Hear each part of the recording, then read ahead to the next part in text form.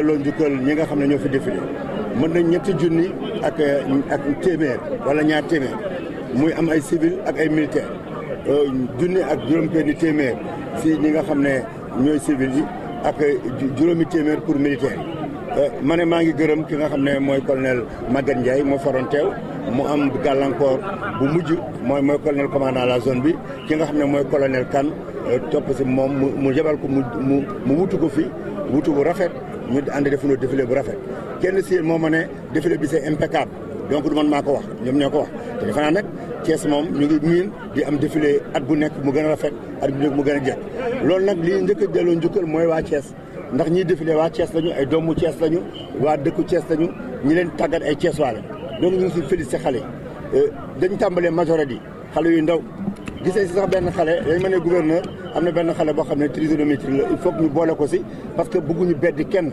dañoo ne xale yi Sénégal yëpp même ñu am handicap dañu war a bokk moo tax si défilé bi ñu boole si ñooñu bi loolu passé ñu gis école yi nga xam ne mooy polytechnique mooy ENSA mooy yeneen kuréel yi fi nekk te Thiès nag yàgg nañ xam ne dafa am joué rôle bu am solo si wàllu boobu bi ñooñu passé ñu doog a ñëw si li nga xam ne mooy défilé civil militaire kii bi motorisé bi nee naa foofu dañoo bàyyi taxi seeni rang parce que mu ngi fi ay doomu Thiès di fi liggéey ensuite topp si AIBD ndax AIBD dafa am lëkkaloo bu mu am léegi ak waa ville de Thiès à travers ay bus yu mu def fii ay bus scolaire donc li muy def Dakar da ko war a ubbi pour def ko Thiès donc loolu il faut que ñu wane ko pour waa Thiès xam ko ñu xam ne loolu yemul rek Dakar léegi.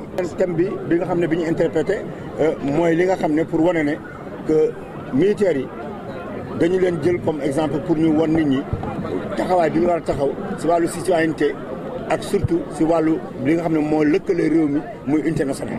je pense que prestation bi nga xam ne waa lycée John Fidel waa lycée Malick Sy ma insisté woon pour ñu bokk si défilé bi ak si majorité yi defe naa ni dëggal na loolu ndax wane nañ ko si seen i fecc wane nañ ko seen i wax ñëpp comprendre nañ loolu. si chorégraphie bi rafet na defe naa chorégraphie bi dafa rafet xam naa ne daal ñi nekkoon si jury bi résultat bu ñu mënti génne dina am ñu ko contesté parce que nag ñëpp dafay ay prestations yu rafet xam naa ne ay détails mooy différence yi fi may jeexale daal mooy félicité ñëpp félicité militaires yi félicité ñëpp daal wane nañu force défense et sécurité wane nañ seen bopp ñëw nañ def défilé ñoom tam bu rafet moom mu tëj défilé bi waaw fi may jeexale mooy remercier autorité administrative yi élus yi région bi ak mbooleem kuréel yi ak ñi fi nekk ak ñi jàpp si défilé bu mel ni mu mel di gërëm ñëpp di sant ñëpp di leen gërëm tam yéen waa presse bi nga xam ne depuis avant CRD ba léegi yéen a ngi si taxaw boo wone li nga xam ne moo fi am te bu fi jeexee ngeen gën ko fësal ñu leen si gërëm di leen si sant wasalaam. Les Thiessois et Thiessoises pour cet impeccable défilé comme vous l'avez si bien dit. Je vous emprunte l'expression. Nous avons assisté à un joli défilé. Je dois préciser que nous avons vu défiler 3200 personnes, dont 2400 civils et près de 500 militaires. Cela signifie qu'il y a eu une bonne coordination au préalable, un bon travail et je voudrais féliciter le colonel commandant de la zone militaire et avec lui l'ensemble de ses équipes. Bien sûr, je voudrais avoir une pensée très amicale pour le colonel Maguette Ndiaye, le commandant de la zone qui devait être là, qui au dernier moment a eu une indisponibilité et qui a été valablement et honorablement remplacé par le colonel Ba. Par le colonel Kane, donc l'ensemble. Je voulais aussi féliciter le commandant des troupes qui nous a vraiment bien organisé ce beau défilé. Nous avons vu défiler les parties civiles avec les élèves, l'établissement. Je pense que nous avons tous eu beaucoup de fierté de voir cette jeunesse vivante, vibrante, comme l'a dit le président de la ville. D'ailleurs, pour laquelle il passe son mandat. Il passe son mandat pour cette jeunesse-là. Il voudrait lui apporter beaucoup. Et je voudrais donc féliciter aussi les établissements d'enseignement secondaire. Je pense que la prestation du lycée Malick Sy, de l'école polytechnique de l'NCA a été remarquable et remarquée. Je félicite aussi les participants pour le défilé civil motorisé. On a tenu à faire participer les structures industrielles qui sont émergentes ici au niveau de Thiès. Nous avons vu Sénima Iran qui nous a proposé ce qu'ils appellent des taxis bio.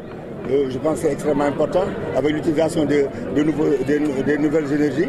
Nous avons eu les Jakarta dans deux versions. Version qui va disparaître, c'est-à-dire autorisée avec tenue et tout, mais surtout dans les tricycles qui vont devoir les remplacer.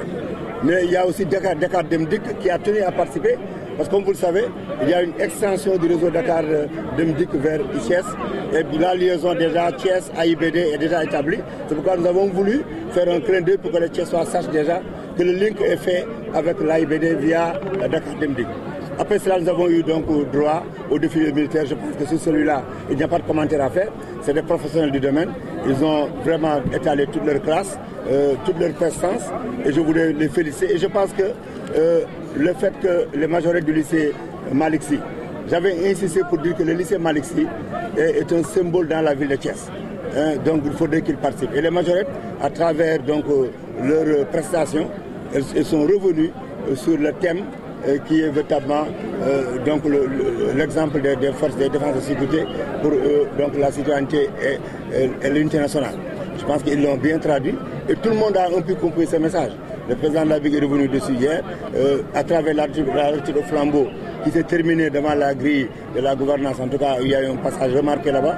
Nous avons eu à apprécier tout ça. Donc au total, je dois remercier tout le monde, remercier les autorités, les élus, les autorités administratives qui étaient là, les élus qui étaient là et l'ensemble des participants et souhaiter, Inch'Allah, bonne fête au Sénégal et bonne fête au Sénégalais. Parce qu'après tout, quand on fête l'indépendance du Sénégal, c'est en fait pour les Sénégalais et les Sénégalaises qu'on le fait.